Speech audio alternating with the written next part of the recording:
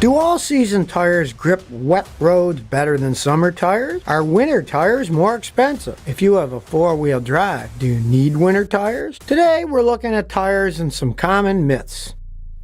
Tires help your car to move, stop, and steer, but many drivers take them for granted because they don't understand the engineering and science behind them. Car tires can be classified into two categories based on tire construction and features. To understand this, let's talk about plies. Plies are the layers of different fabric that make up a tire. The most common ply fabric is polyester cord. A tire's strength is often described by the number of plies it has. Most cars have 2 plies. Compare that to a large commercial jet tire, which have 30 or more plies. A bias ply tire is made with the plies laid out diagonally. Its layout causes the tire walls to be a bit more rigid and therefore less flexible. Bias ply tires generally has the advantage when it comes to load carrying capacity. In other words, they're generally better at hauling heavy loads. That's why you can see this type of tires on loaders, excavators, and mining trucks. They really don't care how they ride. On the other hand, a radial tire is the standard when it comes to the average passenger car and truck. Radial tires feature radial plies that run perpendicular to the direction of travel. The advantage of this layout is that the sidewalls are more flexible than bias ply tires, so you get more stable grip and contact with the road, less vibration, and, most importantly, a softer ride. There's also less heat buildup with the radial tires, so it has a longer tire life. Radial tires usually have steel cords or a blend of polyester, steel, and fabric, which are coated with rubber. The downside to radial tires includes handling because the low lateral stiffness causes tire sway to increase as the car's speed increases. Also, since the sidewalls are more flexible, they can bulge if your tire is overloaded or underinflated. This can lead to damage and puncture of the tires. The radial tire is also more expensive to make than a bias ply tire. But remember, it does last longer, and this can result in cost savings in the long run. Ever notice the code on the sidewall of your tires? It's a bunch of letters and numbers. What do they all mean? The code indicates the size, type, and performance ratings of the tires. Let's break it down. Usually the code starts with a letter. If that's the case, the first letter tells you what class of tire it is. If it's the letter P, it means it's a passenger car tire and is suitable for cars, SUVs, crossovers, minivans, and small pickup trucks. The letter LT indicates it's a light truck tire and designed for vehicles that are towing trailers or have 3/4 or 1-ton load capacity. ST is for special trailers like boat trailers, utility trailers, or trailers with 5th wheels. But if there's no letter at the beginning of the code, this means you have a metric tire. In other words, it's European metrics and it might have different load capacity. After the first letter, you'll see a set of 3 digits. That's the tire width from side to side when you look at the tire head on. It's usually the measurement taken from the outer sidewall to the inner sidewall in millimeters. Next, you'll see a forward slash number. Following that is a set of 2 digits. This indicates the aspect ratio. The bigger the aspect ratio, the higher or taller the tire's sidewall, or profile. The ratio is a percentage. Basically, it's the sidewall height divided by the tire width. For example, if the aspect ratio is 65, it means the sidewall is 65% as high as it is wide. Next is a letter which refers to the internal construction of the tire. Normally, you'll see either the letter R or D here. The letter R means the tire is a radial tire, which is the industry standard for most passenger cars. The letter D means it's bias constructed or diagonal ply. The next set of digits is the wheel diameter in inches. In other words, it's how wide the wheel is across the center. The next set is the tire load index. Basically, it's how much weight the tire can support. And last set is the speed rating. Usually, it's a singular letter. The code represents the top speed it's safe to drive for a sustained amount of time. A higher speed rating means the tire can handle heat and also provide more control at faster speed. So which came first, the tire or the wheel? Well, it's not the chicken or egg question. It's much clearer than that. Of course, the wheel came first and the tire second. The story of the first tire starts with Charles Goodyear. In the late 1830s, a self-taught American chemist, Charles Goodyear, was engaged in the production of rubberized footwear and fabric. At his enterprise, he produced rubber toys, clothes, shoes, and umbrellas. However, the properties of this material didn't allow the products to be of high quality. The rubber melted from high temperatures, was quite fragile, and had other disadvantages. Goodyear took took this problem seriously and started experimenting. The story goes that he accidentally heated a mixture of rubber and sulfur in a kitchen stove and thereby created a recipe for rubber that didn't soften in heat and didn't become brittle in the cold. At that time, he didn't even suspect that vulcanized rubber he just developed would become an integral part of the automotive industry. He fine-tuned the chemical process to create and manufacture pliable, waterproof, moldable rubber and patented his technology in 1844. The Goodyear Tire and Rubber Company was incorporated in the U.S. in 1898, but it wasn't by the inventor Charles Goodyear. Actually, it was founded by Frank Seiberling, who named the company after the inventor. The first Goodyear tires became popular because they were easily detachable and required little maintenance. Even the Ford Model T came equipped with Goodyear tires. In 1846, just a few years after Goodyear's experiments, Robert William Thomson, a Scottish engineer, patented the air-filled tire. He didn't succeed commercially because the idea was too early for its time. Then, in 1888, John Boyd Dunlap, a Scottish veterinary surgeon and inventor, reinvented the pneumatic tire for his child's tricycle. He made wide hoops made of water hose, put them on the wheels, and inflated them with air. A little later, he attached a rubber tube to the metal rim of the spoked wheel with rubberized canvas to form the tire frame. Dunlap's invention caught public attention. The timing worked in his favor since bicycles were becoming very popular, and the lighter tire provided a much better ride experience. Dunlap claimed not to know about Thomson's earlier invention, and he sold his rights to his pneumatic tire to a company for a small cash sum and a small share in the business. Later, this business endeavor came to bear his name, Dunlop Pneumatic Tire Company, and today Dunlop is currently one of the largest tire manufacturers in the world. In 1890, the Englishmen Bartlett and Frenchman Didier invented methods of mounting and dismounting tires. All this made the use of pneumatic tires for cars more viable. Around that time, two brothers, Edouard and André Michelin, who ran a rubber factory in France, became enthusiastic about the pneumatic tire, and they worked to develop and patent the removable pneumatic tire. They would go on to further develop key innovations in the tire market, eventually designing and commercializing the radial tire in 1946. So what's the difference between summer, winter, and all-season tires? Summer tires have a specific rubber compound for excellent grip and handling on dry and wet road and warm conditions. Summer tires have reduced rolling resistance, provide more fuel efficiency, and produce less road noise. The tread pattern on a summer tire is simpler with less grooves, but when the temperature drops to below 45 degrees Fahrenheit,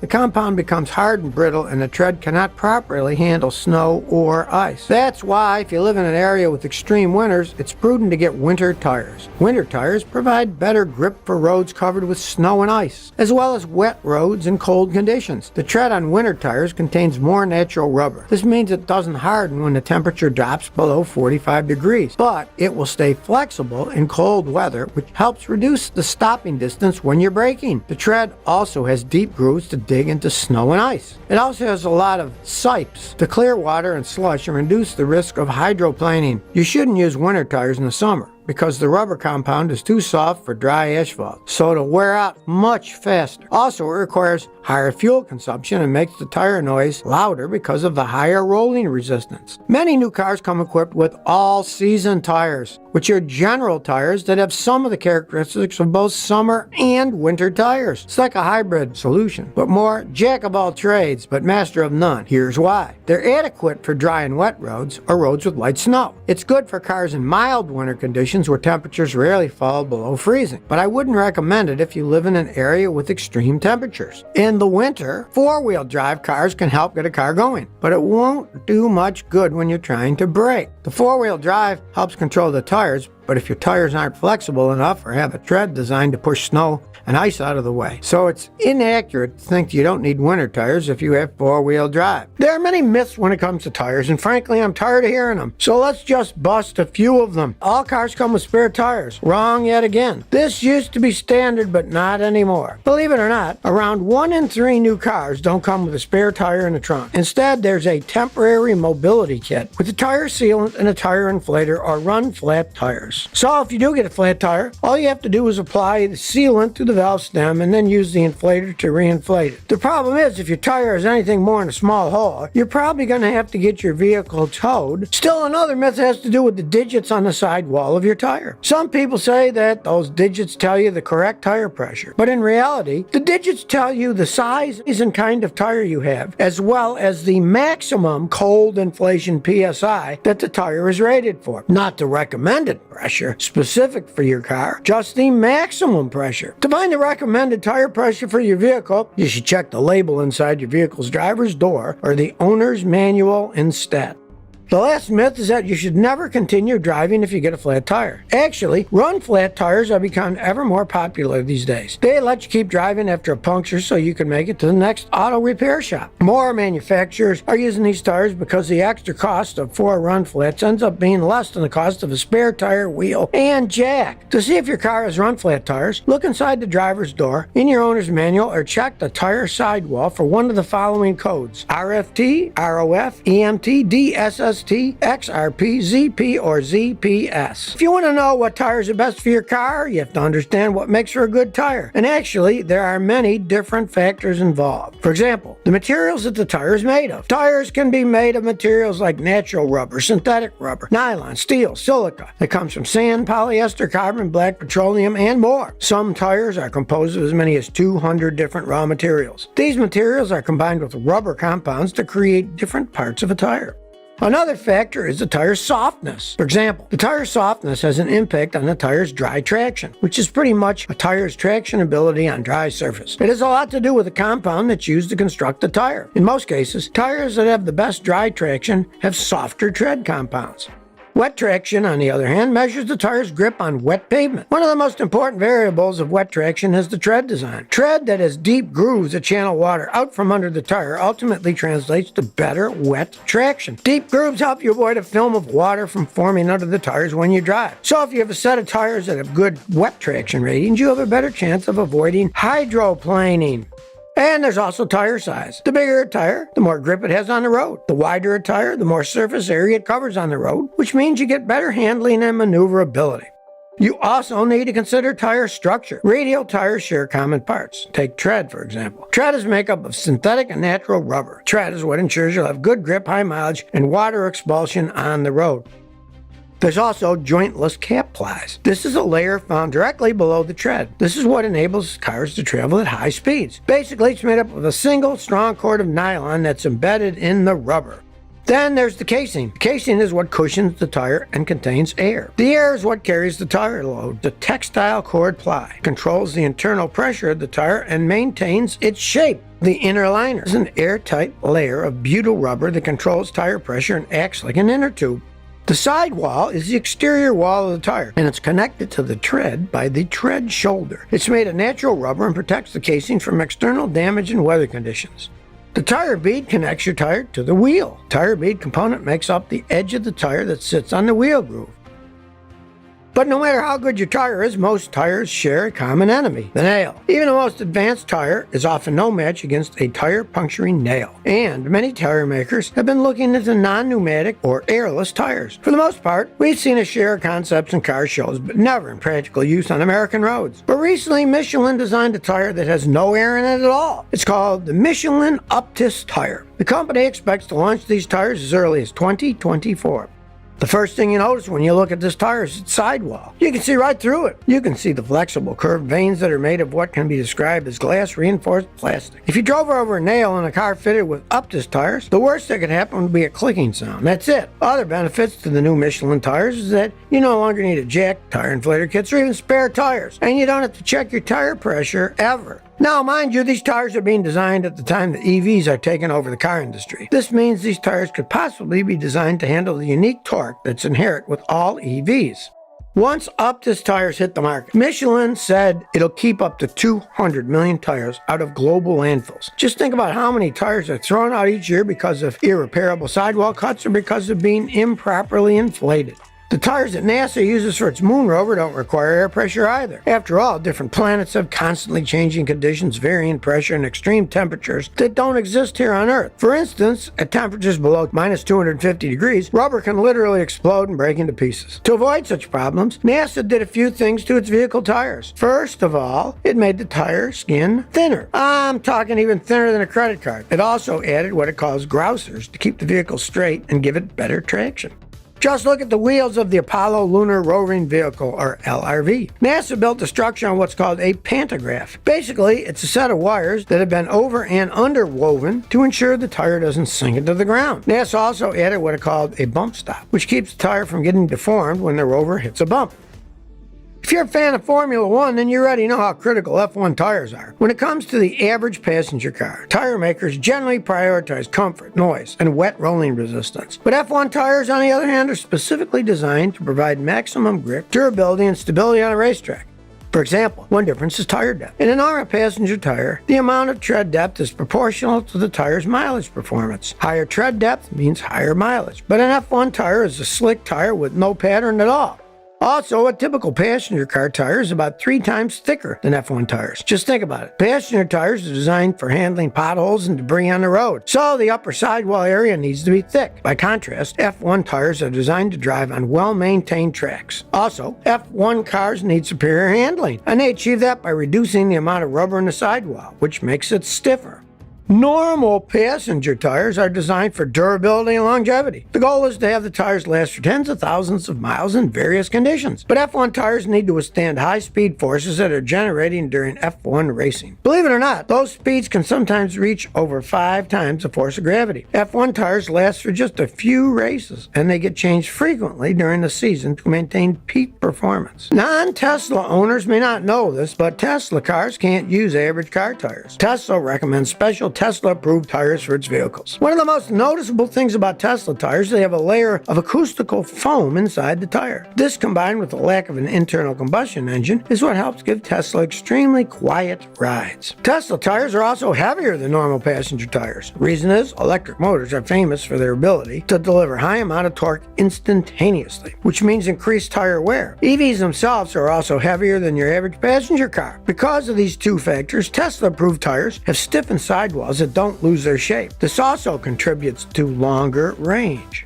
But on top of that, Tesla recommends the drivers replace their tires about every 6 years and rotate them every 60 to 250 miles. That means you're looking at anywhere between $900 for a full replacement on a Tesla to $1,500 or more on a Tesla Model X or Roadster. Labor costs are going up for Tesla, so you might be looking at an additional $150 in labor to change the tires.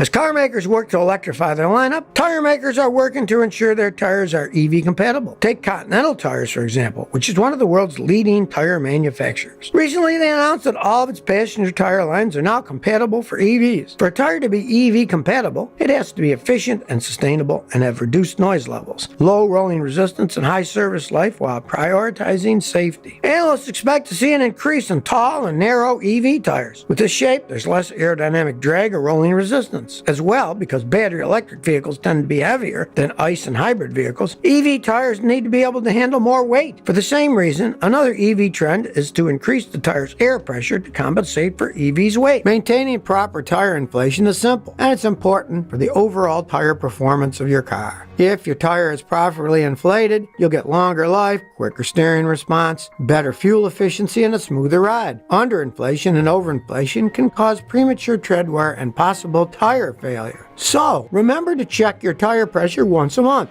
A good rule of thumb is that your tires lose 1 psi every month after you fill them. That's why once a month is a good guideline. You can use the digital or standard tire pressure gauge or an air compressor found at many gas stations, though many of those don't work at all or have bad gauges, so it's a good idea to have your own gauge in a glove box. Car makers specify the recommended psi for when the car is cold. Tires are considered cold not based on temperature, but it's just a term for when the car's been parked for 3 hours or more, or if the car's been driven less than 1 mile at moderate speed. That's the ideal time to check the pressure. If you're measuring your tires when they're hot, again, not the temperature outside, set their pressure to 4 psi above the recommended cold inflation pressure as a general rule of thumb. You can usually find the recommended cold tire psi in a driver's side door jamb or owner's manual. Remove the valve cap from the first tire. Place the pressure gauge on the valve stem. Press down hard so that the hissing sound disappears and the gauge provides a reading. Refill any tires with low pressure. If you're using air compressors, be sure to read the directions because many air compressors operate differently. It's good to check the pressure again after you fill your tire.